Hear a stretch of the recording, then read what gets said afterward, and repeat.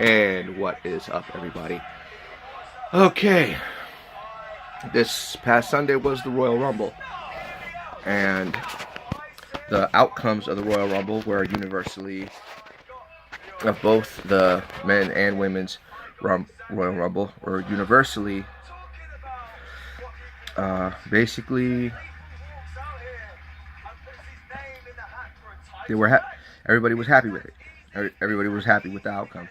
Shinsuke Nakamura was always the odds-on favorite, and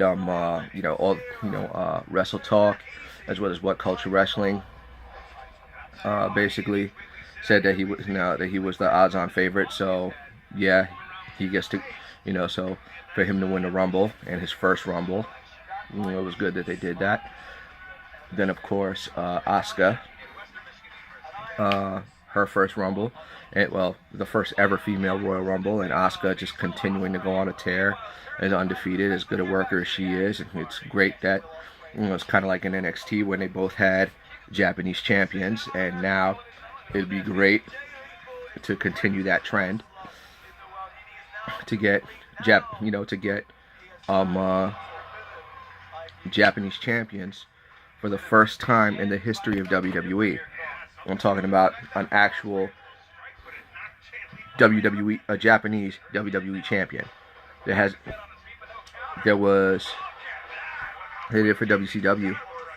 NWA has had several, but they never did it in WWE throughout the history of the WWE. When it was Worldwide Wrestling Federation to World Wrestling Federation to World Wrestling Entertainment. There had never been a Japanese never had been a Japanese heavyweight champion.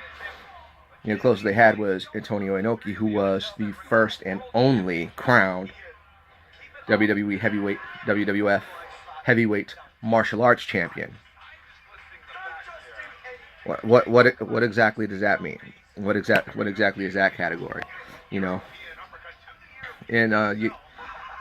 with the women, okay, this, that, the other, fine.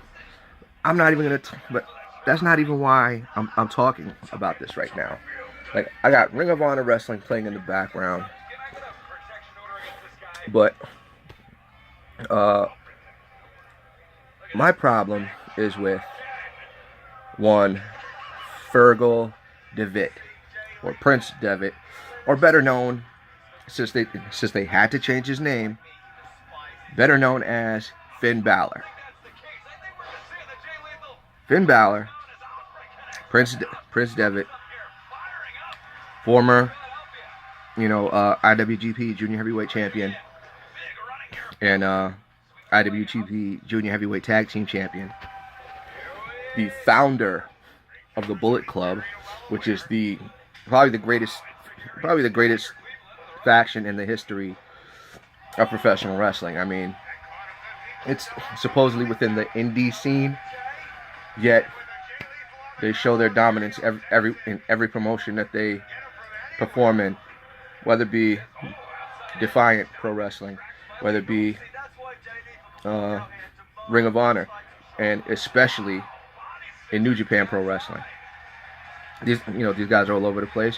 Their merchandise sells better than anything WWE might have. Not to mention the fact that you see people wearing Bullet Club T-shirts to WWE shows. It's freaking hilarious. And the fact that he was the man that started it all. Okay, but he comes into WWE. He's wins the NXT championship. Okay, great. Comes to the main roster, is made the first ever Universal Champion, and had to relinquish it due to injury, this, that, the other. All right, fine, whatever. But then, what happened? Then basically, he was, he comes back. He was doing that did that fatal 5-way for #1 contender in Extreme Rules, where he got choked out by Samoa Joe. Understandable. But then when you got that feud, the feud he was having with Bray Wyatt, only for Bray Wyatt to have to call out sick at TLC. So they call in fellow Bullet Club member and leader, fellow former Bullet Club member and former leader, AJ Styles, to fill in. Now, mind you, as great a match as that was, because they do the signature too sweet that WWE is putting a cease and desist order against the Bullet Club for doing it, because this was the NWO, but they're also doing Suck It, so it's like they're biting off of both, but at the same time, it's like the caliber of performers that they have in the Bullet Club as opposed to what was the NWO. NWO was just a bunch of big dudes with no real technical skills, not very agile, not very athletic. They're just big. They're just big guys. Then you got guys like a Kenny Omega, like Cody Rhodes, like the Young Bucks, like Marty Scurll. He's not I don't think he's a good worker, but he's a hell of a character. He's a hell of a character. He sells the villain, the umbrella swinging, chicken winging boy from Oblighty. I love the character, okay? And he's he was a Defiant champion, IWGP Junior Heavyweight champion, Ring of Honor World Television champion, and that's just the three that I know of. Okay, the man is, like I said, he's a character. He's hilarious. He steps in the ring, he puts on a show, and he does a great job at that. His technique as far as grappling and everything like that probably could use a little bit of work, but that's neither here nor there. They got the Bullet Club, no ifs, ands, or buts. Best faction in the history, best heel faction in the history of professional wrestling, because no faction, just about any wrestling faction has to stay within their promotion. Whatever promotion it started in, it stays there. Only reason why NWO crossed over to WWE was because WCW was bought out. But never did you see DX going to WCW. Never did you see, during the Monday Night Wars, when WCW was still a thing, the New World Order going into WWF. So for the Bullet Club to be able to show themselves as the Bullet Club anywhere and everywhere else that they go, it's ridiculous. And to win the championships of everywhere and everywhere else that they go is just absolutely ridiculous. Four Horsemen never did that. The Main Event Mafia never did that. Stupid Immortal or the Aces and Eights never did that. Evolution never did that. So for Bullet Club to do this, awesome. But WWE doesn't want you to know that Bullet Club is better than anything that they have or have put out before. So for these two former leaders of the Bullet Club to come out and do it too sweet after as great a match as the two of them had, and there's a huge pop from the crowd because everybody knows, like, oh yeah, the two leaders of the Bullet Club, too sweet, this, that, the other. All of a sudden, Finn Balor loses his momentum. He gets squashed by Kane. That Monday night, they make him, do almost nothing. But then, now, when AJ came to WWE, when AJ Styles came to WWE, he was given two other former Bullet Club members, Luke Gallows and Carl Anderson. and like I forget the name of their little the little clique that they had there, but now they moved Carl Anderson and Luke Gallows to Raw, where Finn Balor is, and now it's the Balor Club. Then for the 25th anniversary of Raw, they have DX come in and and do it too sweet for them, which that wasn't even DX's thing.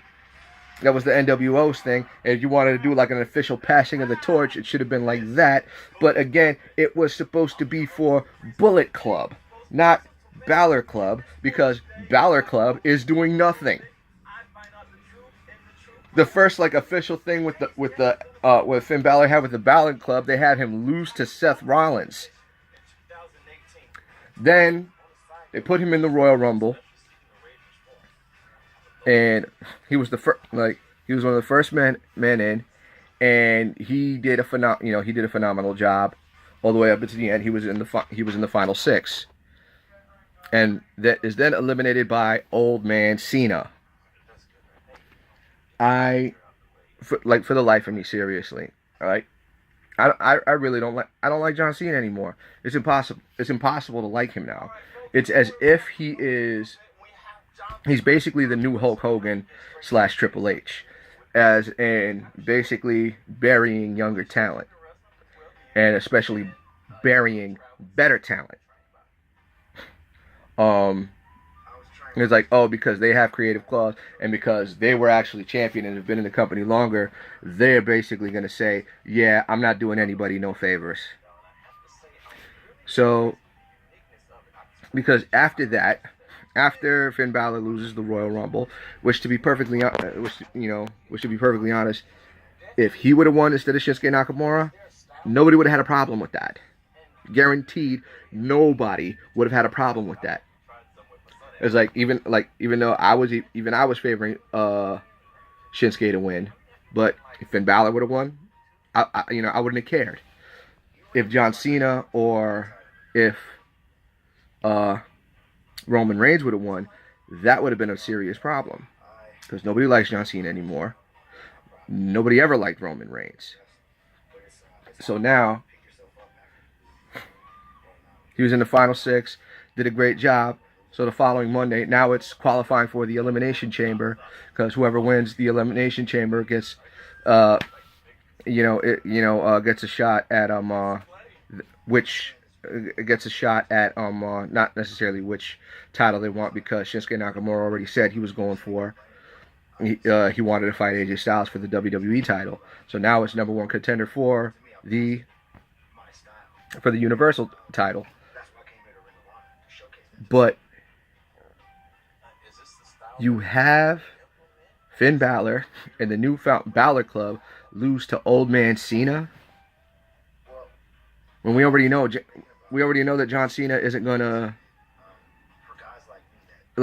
win the Elimination Chamber.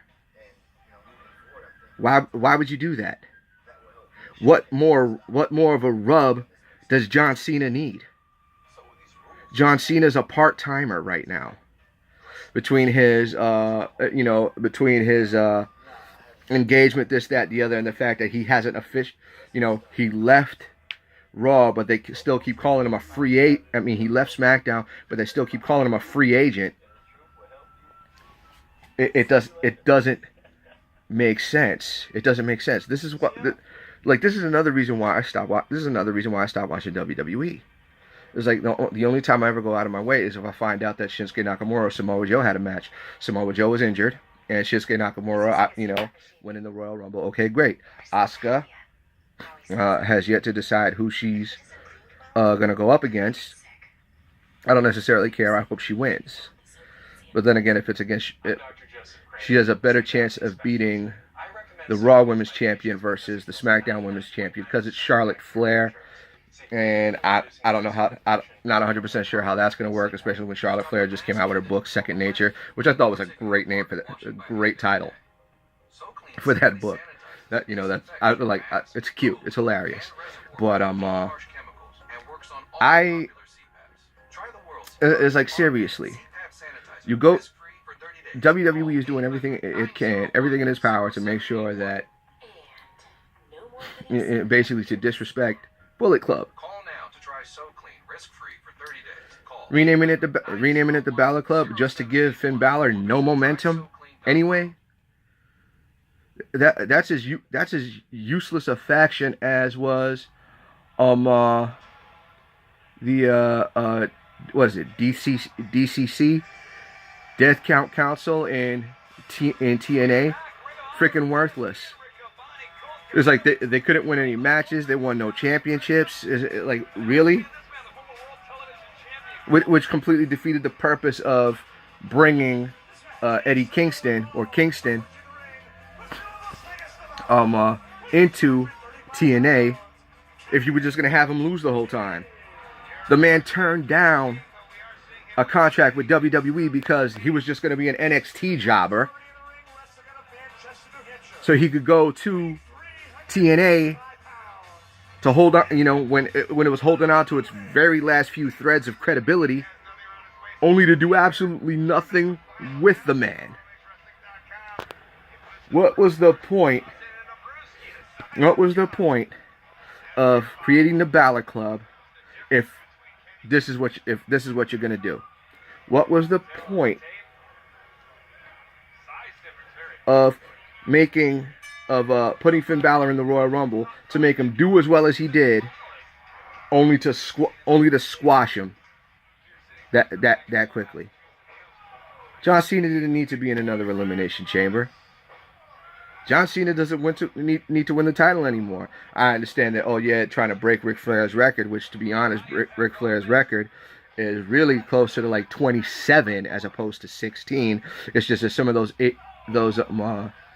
NWA title losses that he had and then won the belt back, they don't count those for some reason. It's dumb. It's dumb that happens. And like I said, John Cena's record is nowhere near close to Ric Flair's. And if you're gonna have anybody break Ric Flair's record, it should be Randy Orton, third generation wrestler, youngest champion in history. Not to mention, was Ric Flair's protege in Evolution. So if anybody should be the successor to Ric Flair, you'd think it would be Randy Orton. But I understand Randy Orton has some issues, He's granted my fellow brother in the Corps, but being dishonorably discharged, he's one of the few people you could call ex-Marine. Me, I'm once and always. Now, it's a shame, because as talented a worker as Finn Balor is, like I've seen some of his old stuff, and the man's absolutely phenomenal, great shape, this, that, the other, everything that WWE should be looking for in a champion, and this is how, and this is what they're doing with him. It's not cool, and it shouldn't be tolerated either. It's not his fault that he he came up with something better than you. Okay? And to continuously punish him for it is like it's just, and you're punishing the fans for it too. I mean, seriously, as if you're trying to mock our intelligence. Really, Balor Club? Oh, that's different. Are you freaking kidding me? I'm done talking. You guys have a good night.